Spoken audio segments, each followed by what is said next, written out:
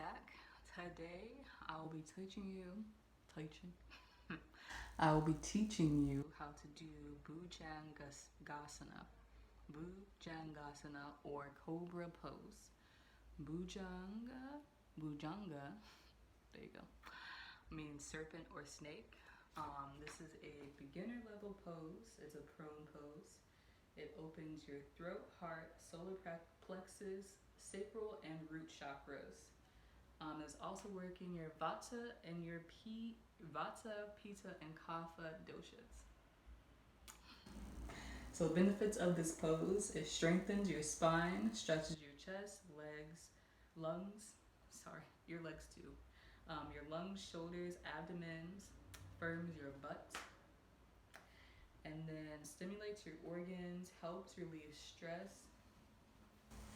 and fatigue, opens the heart, soothes sciatica. So if you have any lower back issues, this will be a good pose for you. Increases body heat to awaken your kundalini, which I wish I could talk more about, but I should do my own homework before I try to give out information about that. Contradictions, so something to look out for if you're trying to do this pose is back injury, if you have any wrist issues, headache, or pregnancy, depending on how far along you are in your pregnancy. If you're someone who is new to self-practice or new to teaching, some sequences to follow this pose or sequences to do prior to this pose or poses would be Setu Bandha Sarvagasana, which is bridge pose, or Uddha Mukha Savasana. Uddha Mukha Savasana is upward dog. And then the pose you can do afterward would be a back bend, any variation. Typically, when people or teachers teach Cobra or use Cobra in a sequence, the pose that comes after would be like a downward facing dog. Or it could be an up dog into a downward facing dog.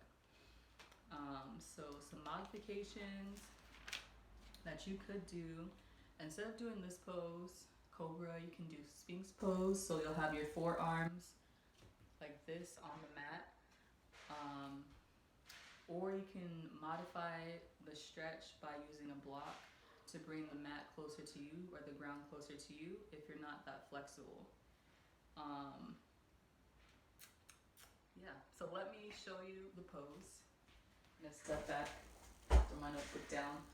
So typically, a lot of folks that teach Cobra or give Cobra in a sequence, you'll be in plank pose usually, and then you'll get into chaturanga, and then you'll kind of roll up into Cobra pose. So you can keep your feet tucked like this, but I suggest that you lay them down flat and bring your feet close together to engage your legs.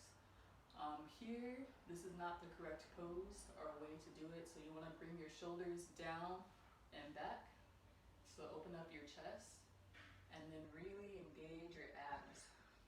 So if this does not feel good or if it's not comfortable for you, you can come out of this pose slowly. Something else that you can do, you can use a block or blocks. I suggest 2 blocks. Let's say you need to bring it up level 1, so flat, level 2, or level 3. I feel like this might be a little too high, but we'll try level 1 to begin with. Make sure that they're equal distance apart, shoulders width apart. And then we're just gonna lean into it from tabletop. Tuck your toes, make sure your feet are together. And then you can do Cobra pose like this. I mentioned before that you can use your elbows to kind of gauge what feels good to you in terms of like your lower back. So for coming into Cobra again, you can come like this. Maybe this is your Cobra pose. Maybe this is your Cobra pose. Maybe this is your Cobra pose. Or this is your Cobra pose. And then the other suggestion, modification that you can do is just to come into Sphinx pose. So let's say this is too much. down and back, Sphinx pose.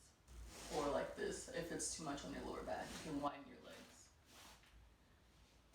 And then the last thing that you can do, also, let's say you're having issues with your hip bones, you can roll up a towel or a blanket and place it in a U shape and kind of place it around, like as if you're wrapping yourself around with a towel. Let's say you got out of the pool or the shower, around your hips for more support.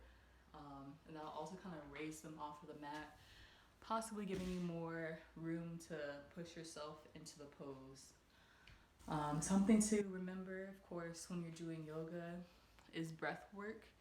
So in Cobra Pose, typically it can be seen as like a resting pose in some practices.